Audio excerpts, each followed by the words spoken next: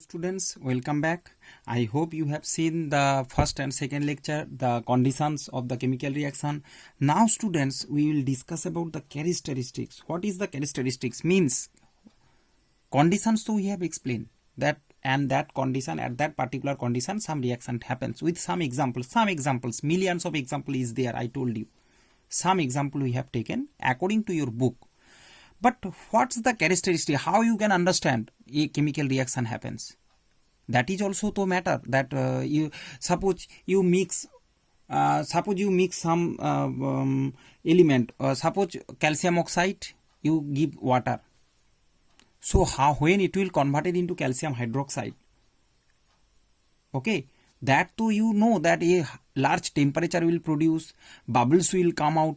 Okay, and that will show you that what the conversion of the means calcium oxide to the calcium hydroxide. So that characteristics, that is called characteristics, that you can understand the chemical reaction is undergoing. Similarly, some scientist has discovered some changes that are easily observed, that we will discuss here. First is evolution of gas.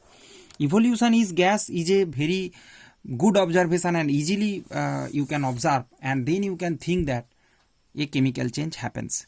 So take some example where evolution of gas happens. First you can see when zinc react with dilute sulfuric acid. So these all are practicals. Okay students, when you will read chemistry in senior class, practical laboratory will be there. You will teacher will give you the test tube and you can do the test. Practically you can do this test and it is very interesting. Now just we are reading the theoretical concepts, and theoretical concept is little bit bored, but you have to remember. I know that you are feeling boring, but you have to remember these equations for scoring good mark.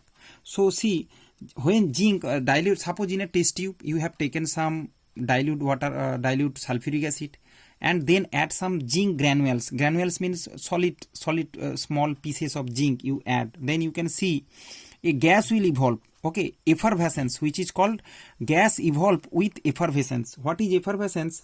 Formation of gas bubbles. Effervescence means gas bubbles.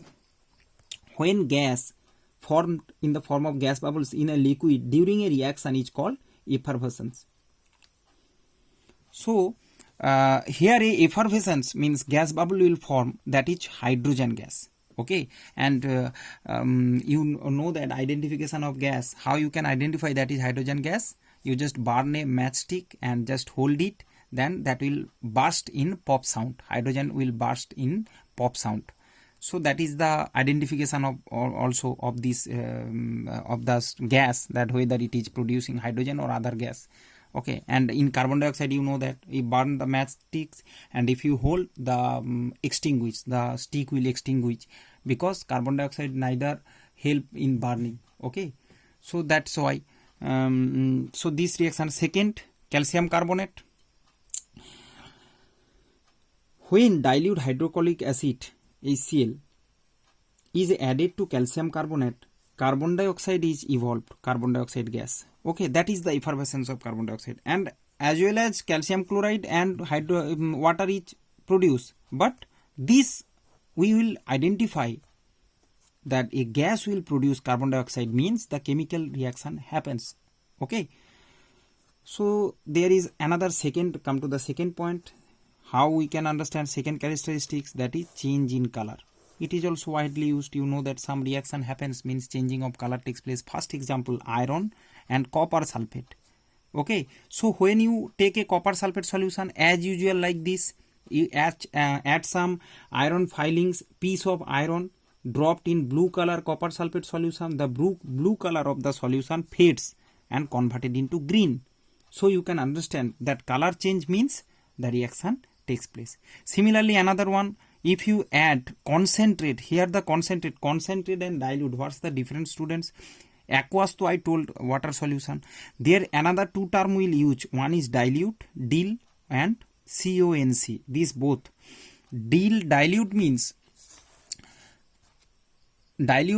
water solution, means concentrate means pure, means around 90% H2SO4, and dilute means it's around 50% or 50 or 40%, means another 60% water. So water solution of acid means acid will not harm you. If dilute solution will fall in your hand, it will not harm you too much. But if concentrated solution, you know that acid have the property to burn it, immediately it will burn your hand. Okay, immediately you have to take to the doctor, as this is concentrate solution, so it's very hard to just operate, deal with this concentrate solution. So, and you know that the king of acid, it is known sulfuric acid. So concentrate sulfuric acid, when you have taken some concentrate sulfuric acid in a test tube and add some copper filling, piece of copper, then you can see a blue solution will produce.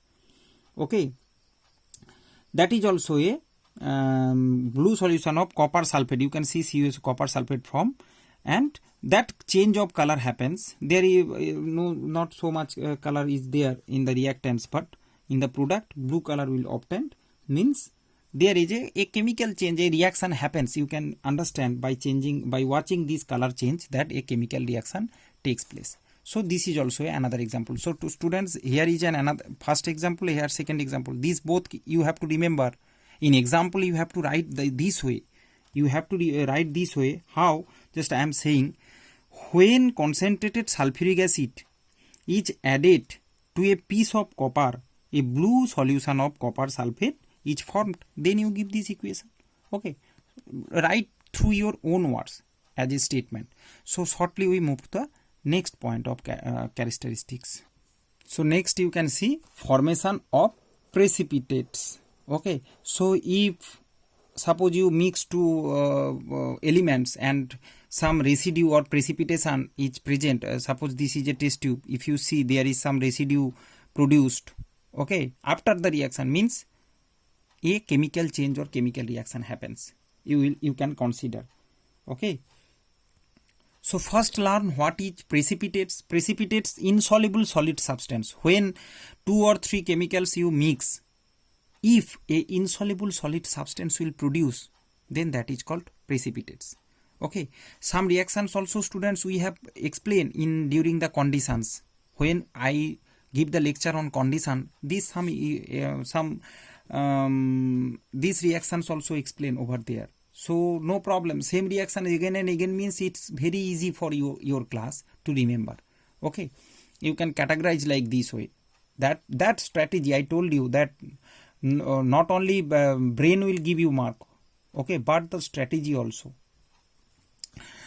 So insoluble solid substance, first example, when silver nitrate, you will write like the silver, AgNO3 means silver nitrate and sodium chloride. So when silver nitrate is added with solution of sodium chloride, no problem, you can write sodium chloride first, then silver nitrate, easily according to your words. So a white insoluble substance, okay, a white insoluble substance silver chloride will produced, is formed. So that is the statement completed, and you will write this reaction, so you will get 2 out of 2. Okay, so silver nitrate, sodium chloride will produce silver chloride, white precipitation, and sodium nitrate also as a side product. Similarly, next you can see here, when ferrous sulfate, Fe, here Fe2, sulfate used to 2, here Fe2, so Fe2, SO4 whole 2 means it cut, FeSO4, that's why it's ferrous sulfate, not ferric. If ferric, then it used to be 2 Fe2SO4 whole 3. Okay, so it is ferrous sulfate, aqueous solution. So you will write like that, when ferrous sulfate solution is added with sodium hydroxide, a dirty green PPT or precipitate, PPT, it's a short form, it will written like that. So dirty green precipitate will observe, okay, of ferrous hydroxide. What is the name of the precipitate? Ferrous hydroxide. Here also iron in +2 condition, in +2 valency, that's why ferrous sulfate. Okay, and that is the side product sodium sulfate. Now another last, change of state. Okay, so students, in many cases, chemical reaction, a change of state is observed. The reaction might start with gaseous or liquid reactant, end up with solid product. Okay, reaction may start with gaseous or liquid reactant and end up with solid product. So gas or liquid to solid means change of state happens. How? that is, there is two example. First you can see ammonia gas react with hydrogen chloride gas. Here hydrogen chloride gas, not liquid. Okay, so, most of the cases you can see hydrochloric acid, HCl gas, HCl liquid form, hydrochloric acid is used, but here hydrogen chloride gas, hydrochloric acid, hydrogen chloride gas we have used. Okay, hydrogen chloride gas with ammonia gas, both are in gaseous state, will produce ammonium chloride, which is solid. Okay, so there is a change of state happens in this reaction. Similarly, carbon, solid carbon, and sulfur, both are solid, 2s, you see balanced equation, that's why this 2 is used, which will give you how much molecule, means 1 gram carbon means 2 gram sulfur you have to take, 1 kg carbon means 2 kg sulfur, that's why this used to take. Balanced equation is mostly needed, that's why everywhere you can see there also 2 NaOH, means that will gives the molar ratio of that compound used, needed for that given equation. So carbon plus sulfur will produce carbon disulfide, just like CO2 carbon dioxide, similarly carbon disulfide. Okay, H2 minus is the sulfide ion. You can check my radical lecture from language of chemistry. So students, you have to watch the lecture first, language of chemistry, otherwise you can't understand. And after watching that lecture, all the confusion related to this topic will clear. And carbon plus 2 sulfur will produce carbon disulfide. Okay, and it is a all the, so students, we just end up our lecture here. Characteristics of chemical change has completed. Now in next lecture we will go to the types, mean displacement, double displacement reaction, what is decomposition reactions, double decomposition also known as double displacement reaction, redox reaction, all the types of the reaction we will learn. So thank you very much. God bless you all.